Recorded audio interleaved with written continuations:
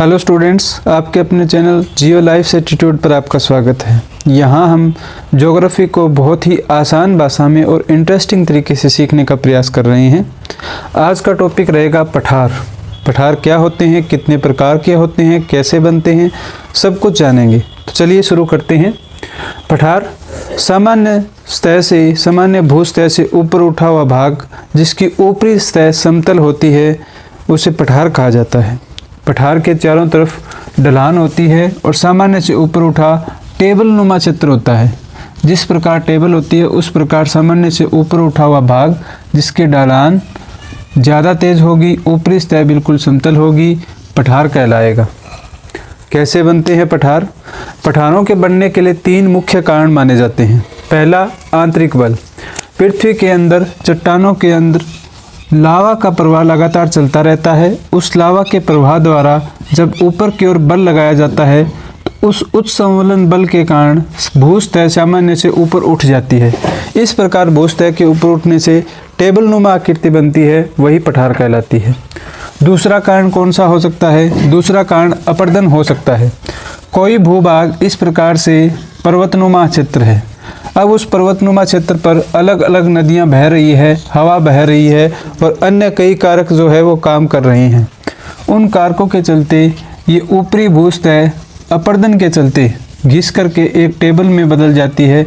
इस प्रकार के परिवर्तन से अपर्दनात्मक पठार का निर्माण होता है। अगला है ज्वालामुखी। ज्वालामुखी भी जब दरारी उद्भेदन द्वारा लावा फैल जाता है, ज्वालामुखी पठार का निर्माण होता है, ज्वालामुखी पठार का फॉर्मेशन होता है। आगे पठारों के प्रकार, कितने प्रकार के पठार हो सकते हैं? सबसे पहला, अंतर पर्वतीय पठार। जब बड़े बड़े पर्वत जो हैं उनके बीच में पठार बने, जैसे कि ये बड़े बड़े पर्वत हैं उनके बीच में कोई पठार बन जाए, इस प्रकार बने हुए पठारों को अंतर पर्वतीय पठार कहा जाता है।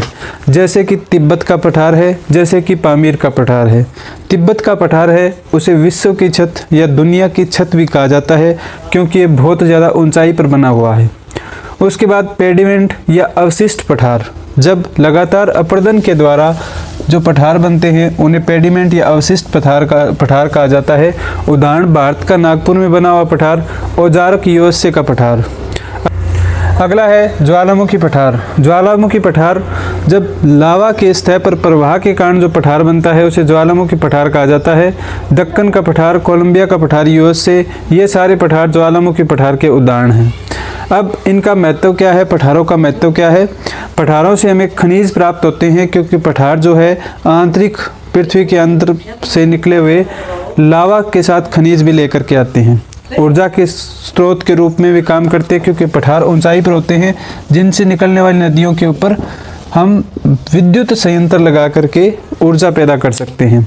कृषि भी की जाती है, जैसे कि दक्कन का पठार है, गुजरात का पठार या फिर महाराष्ट्र का जो पठार है वहाँ पर कपास की कृषि की जाती है क्योंकि यहाँ पर बहुत अच्छी कृषि हो सकती है। उद्योग लगाने के लिए भी पठार एक बहुत ही आदर्श जगह होती है। उद्योगों के लिए कठोर भूसतह की आवश्यकता होती है जो पठारों पर आसानी से उपलब्ध होती है। मानव बसावट के लिए भी पठार एक महत्वपूर्ण स्थान हो सकते हैं। इस प्रकार हमने पठारों के बारे में जो कुछ जाना था वो जान लिया है। अलग अलग एग्जाम्स में इससे क्वेश्चन जरूर आते हैं। यदि वीडियो अच्छा लगा हो, क्लास अच्छी लगी हो तो लाइक करें। आज की क्लास में हम इतना ही जानेंगे। लाइक करने के बाद एक हाइप का बटन आता है, उस हाइप के बटन को ज़रूर क्लिक करें ताकि हम और ज़्यादा क्वालिटी को बेटर बना सकें। Thank you so much.